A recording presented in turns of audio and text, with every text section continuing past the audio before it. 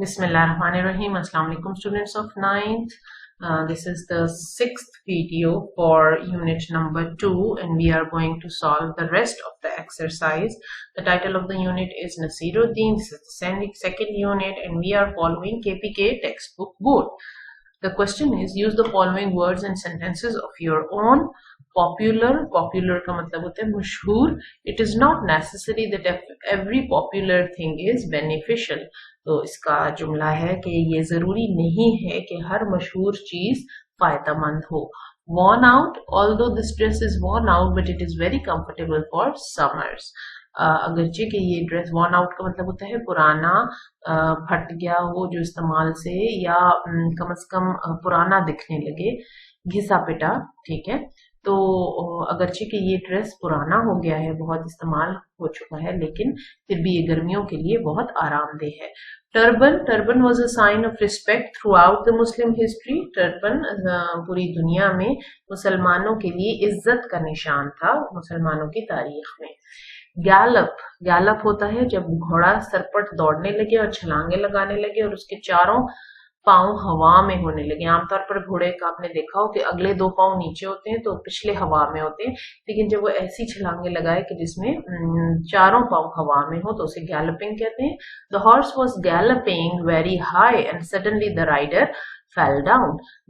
घोड़ा बहुत तेजी से उछल रहा था, सरपट दौड़ रहा था. उर्दू में हम कहते हैं सरपट दौड़ना.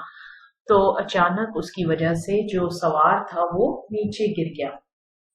Blown, the candle was blown out by the wind. मोमबत्ती बुझ गई हवा से. Blown out is an idiomatic, is a phrasal verb और उसका मतलब है कि हवा से बुझ गई. ब्लोन का मतलब होता है हवा से, जैसे I have blown a balloon, मैंने एक गुब्बारा फुलाया. ठीक है, तो हवा देने को या हवा के चलने को, विंड इज ब्लोइंग, हवा चल रही है, उसको ब्लो का हम वर्ब यूज करते हैं and blown is the third form. Ornament का मतलब होता है जेवर. This gold ornament was very expensive. ये सोने का जेवर जो है ये बहुत कीमती था. ठीक है, ऑर्नामेंट का मतलब होता है जेवर.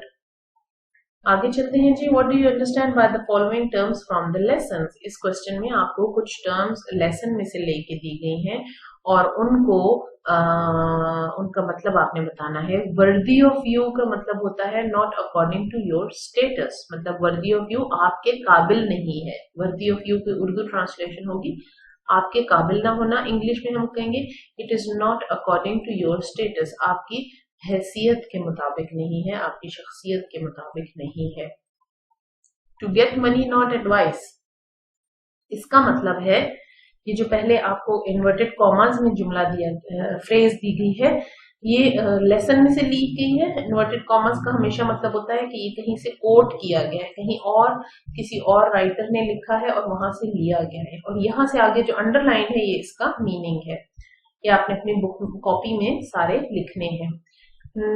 To get money not advice means give money and do not give the advice. ये मुल्ला नसीरुद्दीन ने ही ये बात कही थी और उन्होंने कहा था कि मैं तुम्हारे पास पैसे लेने आया था, मैं नसीहत लेने नहीं आया था. ठीक है, यानी मुझे नसीहत की जरूरत नहीं है बल्कि मुझे पैसों की जरूरत है. इसका मतलब है कि give money and do not give me the advice. Being swept along, swept is the third form of sweep और इसका मतलब होता है कि जैसे झाड़ू फेर देना. तो मुहावरतन ये इस्तेमाल हुआ है और यहाँ पर इसका मतलब है कि हवा के साथ उड़ते हुए चले जाना. It means moving with the other things because of wind. Along का मतलब है कि बाकी भी कोई चीजें हैं जिनके साथ वो उड़ते चले जा रहे हैं, तो बाकी मुख्तलिफ चीजों के साथ हवा की वजह से उड़ते जाना. Experiences of day to day life, रोजमर्रा की जिंदगी के तजर्बात. इसका मतलब है the common things we experience every day, जो आम चीजें हम रोजाना एक्सपीरियंस करते हैं. Translate the following from English to Urdu. A farmer bought a letter to Nasiruddin and requested him. ये बेटा ब्रॉट होना चाहिए, BROUGHT, लाया. बॉट का मतलब होता है खरीदा, यहाँ पर होगा brought. A farmer brought a letter to Nasiruddin and requested him to read it for him.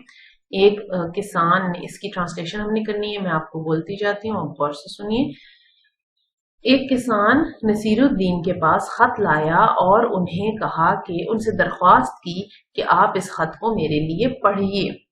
Nasiruddin wanted to be excused, saying that he could not do so because he was illiterate. Nasiruddin اس سے معذرت چاہتے تھے یہ کہتے ہوئے کہ میں ایسا نہیں کر سکتا کیونکہ میں illiterate ہوں، میں پڑھا لکھا نہیں ہوں. یعنی نصیرالدین یہ چاہتے تھے کہ وہ معذرت کر لیں یہ کہتے ہوئے کہ میں ایسا نہیں کر سکتا کیونکہ میں پڑھا لکھا نہیں ہوں. The farmer said, کسان نے کہا, You are wearing such a big turban and still cannot read a letter. آپ نے اتنی بڑی پگڑی پہنی ہوئی ہے اور پھر بھی آپ خط نہیں پڑھ سکتے. بیٹا اس وقت جس دور کی یہ بات ہے اس وقت پگڑی پہننا ایک بہت عزت کی نشانی تھی، عالم فاضل ہونے کی نشانی تھی، اور جس نے پگڑی پہنی ہوتی تھی ضروری یہ سمجھا جاتا تھا کہ وہ پڑھے لکھے ہیں. Naseeruddin placed his turban on the head of the farmer. Naseeruddin نے وہ پگڑی اٹھا کر کسان کے سر پہ رکھ دی اور کہا, Now you have the turban on your head, read the letter. اب تو پگڑی آپ کے سر پر ہے، اب آپ خود پڑھ لیجئے. مطلب اس میں پوائنٹ یہ ہے کہ اگر صرف پگڑی پہننے سے پڑھنے کی صلاحیت آ جاتی ہے تو اب تو پگڑی آپ کے پاس ہے، اب آپ پڑھ لیجئے.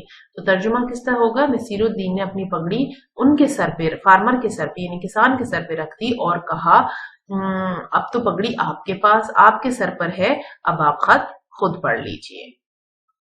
بیٹا یہ ٹرانسلیشن آپ نے اپنی کاپی میں لکھنی ہے بک سامنے رکھ کے.